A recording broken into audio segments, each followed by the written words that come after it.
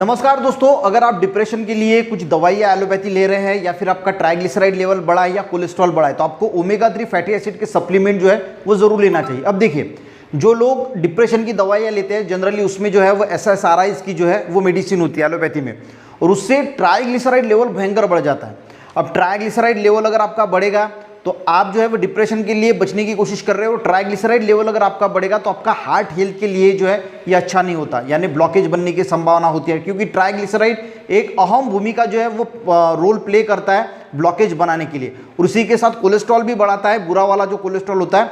तो आपको जो है वो अगर आप यानी डिप्रेशन की दवाइयाँ ले रहे हैं तो आपको जो है वो ओमेगा 3 फैटी एसिड के सप्लीमेंट लेना बहुत ही ज़रूरी है। आप अपने डॉक्टर से भी पूछ सकते हैं कि लेना है कि नहीं लेना है।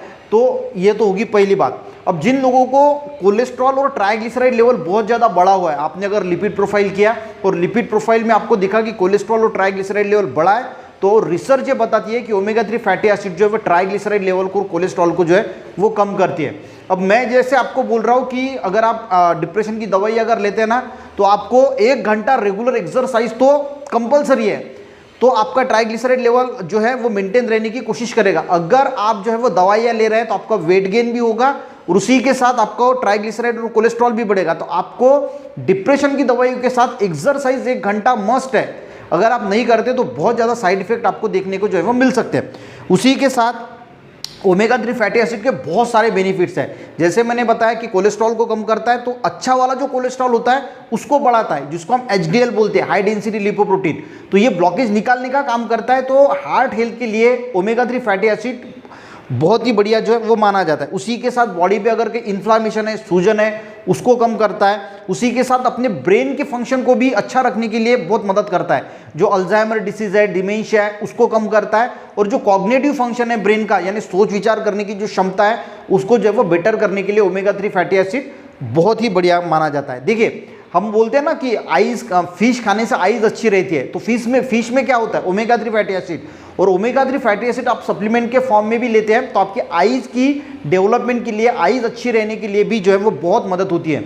जिन लोगों का ब्लड प्रेशर बढ़ा हुआ होता है उसका ब्लड प्रेशर कम करने के लिए भी ओमेगा 3 फैटी एसिड काफ़ी बेहद फायदेमंद माना जाता है। अब जिन लोगों को डिप्रेशन है, एंजाइटी है, स्ट्रेस लेवल बढ़ता है, उन लोगों के लिए भी ओमेगा 3 फैटी एसिड बहुत अच्छा माना जाता है। अगर आप बहुत ज़्यादा स्ट्रेस से गुजर रहे हैं, बार बार एक ही थॉट आता है, OCD जैसी समस्या है, तो आपके लिए जो है वो ओमेगा 3 फैटी एसिड बहुत बढ़िया काम करता है। अब डिप्रेशन की वजह से बहुत सारे लोगों को नींद नहीं आती, तो ओमेगा 3 फैटी एसिड आपकी स्लीप को भी जो है वो इंप्रूव करता है। अच्छी नींद लाने के लिए भी ये बेहद कारगर माना जाता है। उसी के साथ जिन लोगों को ऑटो इम्यून डिसीज है, यानी हमारी इम्यूनिटी हमारे भी हमला कर देती है, तो उस डिसीज में भी ओमेगा 3 फैटी एसिड बहुत अच्छा माना जाता है।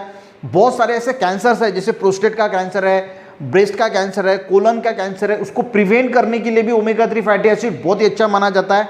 जिन लोगों को फैटी लीवर की समस्या है, तो फैटी लीवर का जो लीवर में जो फैट है उसको निकालने के लिए भी ओमेगा 3 फैटी एसिड अच्छा माना जाता है। जिन लोगों को आर्थराइटिस है, यानी जॉइंट्स में पेन है, उसमें भी फायदा करता है। जिन लोगों को ऐसा लगता है कि उनकी स्किन हेल्थ अच्छी होनी चाहिए, बेटर होनी चाहिए, चेहरे में चमक आनी चाहिए, तो उन लोगों के लिए भी ओमेगा 3 फैटी एसिड बहुत इंपॉर्टेंट है। एक अच्छा वाला एनवेदा का जो है, वो कोई स्पॉन्सर वीडियो नहीं है, एनवेदा का मुझे अच्छा लगा, बहुत बढ़िया होता है। मैं उसकी जो है वो लिंक आपको दे दूंगा, वहाँ से भी आप जो है वो परचेस वहाँ से कर सकते हैं। पर ओमेगा 3 फैटी एसिड ये सारे अगर आपको दिक्कतें हैं तो आपको डाइट में ज़रूर शामिल ज़रूर करना चाहिए।